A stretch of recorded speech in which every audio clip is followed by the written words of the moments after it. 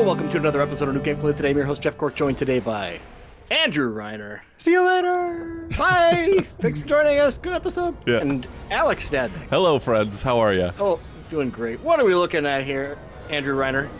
Squadron 73. This is Star Wars Squadrons. Ooh. A new, I guess, space combat only game from developer Motive Studios and Electronic Arts. Okay. Ooh. That means no lightsabers. You're always in your cockpit, as you see here. Yeah. And what's interesting is most games like this, be it Ace Combat, Wing Commander, whatever, you can go to third person, right? Mhm. Yeah. That's not the case here. It's a first person only experience for Ooh. two reasons. One, you can also play it in VR. Oh, wow. Two, your entire HUD outside of that little meter at the top, the morale meter at the top, is in your ship. So you actually need to use the cockpit to monitor all of your systems, be it torpedoes, your shields. You even have that kind of junky targeting computer that they had in the movies Yeah.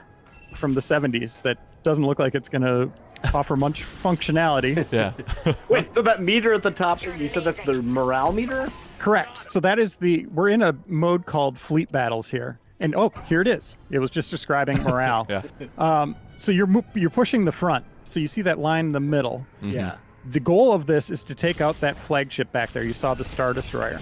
Yeah. So you need to move the front. You need to get past their capital ships.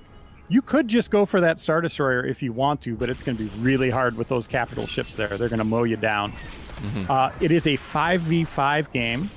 So this is a multiplayer battle. You can also play against AI bots if you would like.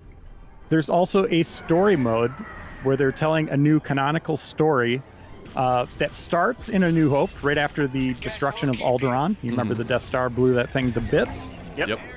And that's the prologue. So you're going to play two missions. And when I say two missions, you're going to see it from both sides, both from the Rebellion and then also the Empire. A little empathy here. It's good. Now, Sorry, go ahead. you're not going to see action figures of your pilots anytime soon on store shelves because you actually create them, both on the Empire side and the Republic side. So you get to customize everything, their gender, their species, their voice. You know, they don't talk a lot, but they will react to certain things like I have a torpedo or a missile on me or whatever. For sure. You get to pick that voice. The cockpit itself here is very clean. This is the default state. But you will be able to customize this as the game goes on. You can add like an Ewok bobblehead, a Funko Pop, so be it, whatever you want to call it. Different charms and stuff like that that are dangling from the side of the windows. Different colors. You can even customize the outside of your ship, even though you won't be able to see it unless it's in the hangar. Okay. You'll be able to see your friends. Obviously, like the S-foils on the X-Wing opening up is such an iconic moment in Star Wars. It looks cool every time, right? Yeah. But you won't be able to see your ships do that. You'll know it happens, but you can see your friends. You can also view battles like from third person if you're not playing. Right. So you can watch it that way. But yeah, an interesting choice to just kind of lock it in as first person. I'm just trying to wrap my mind around the fact that you spend time creating custom character, but at best you're going to see the glove getting tightened at the opening. Yeah. But you pick those gloves, I suppose. Oh yeah, those are your gloves. Oh, yeah. Nobody else's. Yeah. You will this is see them in canonical? cutscenes. You will see your characters in cutscenes for the story. Cool. But then after the battle, by the way, from the New Hope, you're going to go to 3 years later, after the Return of the Jedi's Battle of Endor. And you will be reunited with these characters. They've obviously aged a little, have maybe moved up in the ranks in the Republic, and you'll learn kind of how their relationships have evolved as well. Okay. So we're seeing right now that they were winning. Some weaving. You were, bobbing and weaving. You guys were winning, but then now you're getting destroyed. Like, what happened here? What changed? Was the Empire killing like enough of your ships to progress? Yes. Or okay. Yep. Yeah. So, they're going to try to push the front back here, try to take down this ship. For sure. So yeah, and then you could change your ship. So this is interesting as well, Jeff. You'll like this. I don't know, Alex, if you play Overwatch. I do. But each ship is kind of like a hero in Overwatch. So before a battle even begins, you're going to want to talk about your composition, right? Like, okay. You have like your kind of fighter classes. You have your support ships in the A wing. You know, the Y wing is kind of your tank, so to speak, right? Like you're, they're not gonna. You want to protect them. It's kind of the other way, a reverse tank a little bit. But you want those ships coming in to bomb, you know, these capital ships and the flagship at the back there. So you can see how big the map is here. You can go down into the atmosphere. I don't know if you could do it on this map in particular, but there are some maps, there's 6 in total, where you can go down into the atmosphere. Yeah. But you cannot get to terrestrial ground. Like, you cannot hit the ground in any capacity. For sure. Yeah. You can hit asteroids, you can hit other ships or debris and crash that way, but you never have to worry about, like in the Ace Combat games, doing a loop into the ground. Yeah. Is there anything that seems to approach level design, or is it just placement of ships and you're just essentially, I mean, you're in space and you're not going onto a planet's surface, as you just said, so it's basically just the backdrop and wherever like the capital ships are located. Yeah, there are other ones. You're in the rings of a planet, or in the ring of a planet. There's asteroids. You know, there's things that set areas where they have battles unfolding. Okay, good. That'll feel more distinct. Yeah. By the way, both fronts are moving closer together as the map goes on. These Star Destroyers are not static. Yeah, that was so a they are melee moving attack in. We just saw there too. It looked like. Yeah, I'm happy to see that there's AI ships, because they had announced it was 5v5, but I was worried that could feel a little bit barren. But it looks like the AI, it looks like there's a lot going on at any given moment. Yeah, kind of the goal is that space battle in Return of the Jedi, right? By the way, I'm not. It I'm came not out playing. of nowhere. Yeah. This is not me playing. You can see some battle damage on the window there. You're gonna have to go to the gas station, get that fixed. Yeah. Like that, he just reacted like it appeared out of nowhere. Yeah. Oh man. Target fixation. Oh man. Oh jeez. Excuse me. Oh, sweet lord. Oh. Is there an eject? Yeah. No. Can you play as Porkins? That's all I'm wondering about. So this is someone from Motive Studios playing. Okay. We'll throw them under the bus. Perfect. Or Electronic Arts, I'm not sure. Yeah. Hey, maybe it's Andy Mack. Yeah, I was gonna say it's probably just Andy. Yeah. Okay. Cool. Well, what else would you want to show off? Well, one thing to point out is there are no microtransactions in this game. Nice. You can play it cross-play across PS4, Xbox One, and PC. You can also cross-play with VR on PlayStation VR and PC. So no matter what system you're on, you could play with each other. No DLC as well. Everything that's on the disc or in the download that you get on day one is all the content. Yeah. Cool. Fantastic. Let's show some dogfighting. Yeah. Okay. All right. We're with some kind of TIE fighter? Yeah, what's going on here? Yeah, you could tell the limited view. The Empire doesn't really care about its employees. Yeah. It's very rude. Your murky motivations, I can feel that. Don't have shields, right? That's the big gimmick with TIE fighters. Yeah, I think they have limited in this. Okay. Yeah. You want to keep it a little even, but a little faster than the X-Wing, but it is the fighter class for the Empire side. There's the U-Wing from Rogue One on the Republic side. Okay. There's also, let's see, the Y-Wing, the A-Wing. Am I missing another one? I think that's it. And then on the Empire side, obviously you got a TIE fighter. You have the TIE Reaper, which is kind of an interesting one. TIE Interceptor, and then a TIE Bomber. Cool. Is the speed difference enough to differentiate the two classes of ships, do you think? Oh yeah, definitely. Okay, and especially the A-Wing. That thing is, can kind of use stealth mechanics, stuff like that. For sure. Really kind of pick away, almost like a sniper. Cool.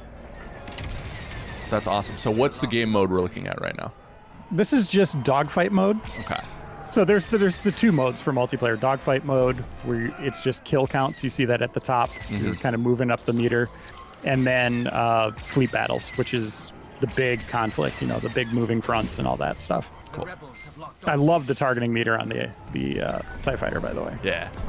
Everything sounds so good and so natural in this world, too. I love it. And a lower entry price point, which is kind of puzzling in my mind. I still don't know why. We don't know how big this game is or anything, or the campaign or anything like that. But it's only going to be $40. Oh, okay. Interesting. See you buy. All right. So, it'll go. Oh wait. Oh, it's a replay. I was like, do you not spawn right away? But we'll see see him spawn shortly. Yes. So there you go. Kills, deaths, assists. We all know that song and dance. Yep. Very nice. So there's those gloves you were talking about, Jeff. Yeah. In the top left corner, the swinging like dragon tooth. I'm assuming, is that going to be part of like the customizable? Is that an example of the customization that you can get? Okay. Yep. Cool. Yeah, I don't know what that is. Is that Bosk's, one of his molars or something? I don't know. Yeah, I don't know. Yeah. Or is it a finger? Ugh. Yeah. So Reiner, are there any pilots that have customized their vehicles, their aircraft in the Star Wars that you could think of, like in one of the movies? Or are they all fairly standard? Poe, he had a different color scheme. Uh-huh. I guess inside the cockpit, not really. One thing I asked him is, can you customize your droid? Can you pick different droids? And they said no. That's one thing you can't, so you always have the set droid. I asked if you could say, your character can say, now this is pod racing. And he said, the director of the game said, you really want to waste my time and your time with this question? And I was like, yes, please. And no, it's not in the game. But then I told him, if you want to have one piece of DLC, I'll pay $10 for that. There you go. Wow. Just that line alone. Yeah, I can't believe that guy was big time in you. Yeah. Sheesh. And we never he heard didn't from say that EA first again. part, but, but he gave me a look of like, Yeah. Ugh. Editor in chief, huh? yeah. No one told me I'd be talking to nerds making a Star Wars game. Sheesh. There's a Y-Wing going in, Yeah. which is maybe not the best choice for dogfighting. Yeah. It just seems like it was standing still. You almost feel bad for it. Yeah. I'm curious to see like how something like this does as a standalone thing. You know what I mean? Like they've had dogfighting in various Star Wars games throughout the, like as a supplementary mode. But to just it was in break it out Battlefront on- 2. Yeah, exactly. And it was super fun. Yeah. Yeah, I'm all about this. I loved X-Wing versus TIE Fighter. If this is kind of a spiritual successor with kind of all the modern innovations from multiplayer, I'm all about it. I also really enjoyed the Rogue Squadron games. Obviously, this is a very different flavor than that.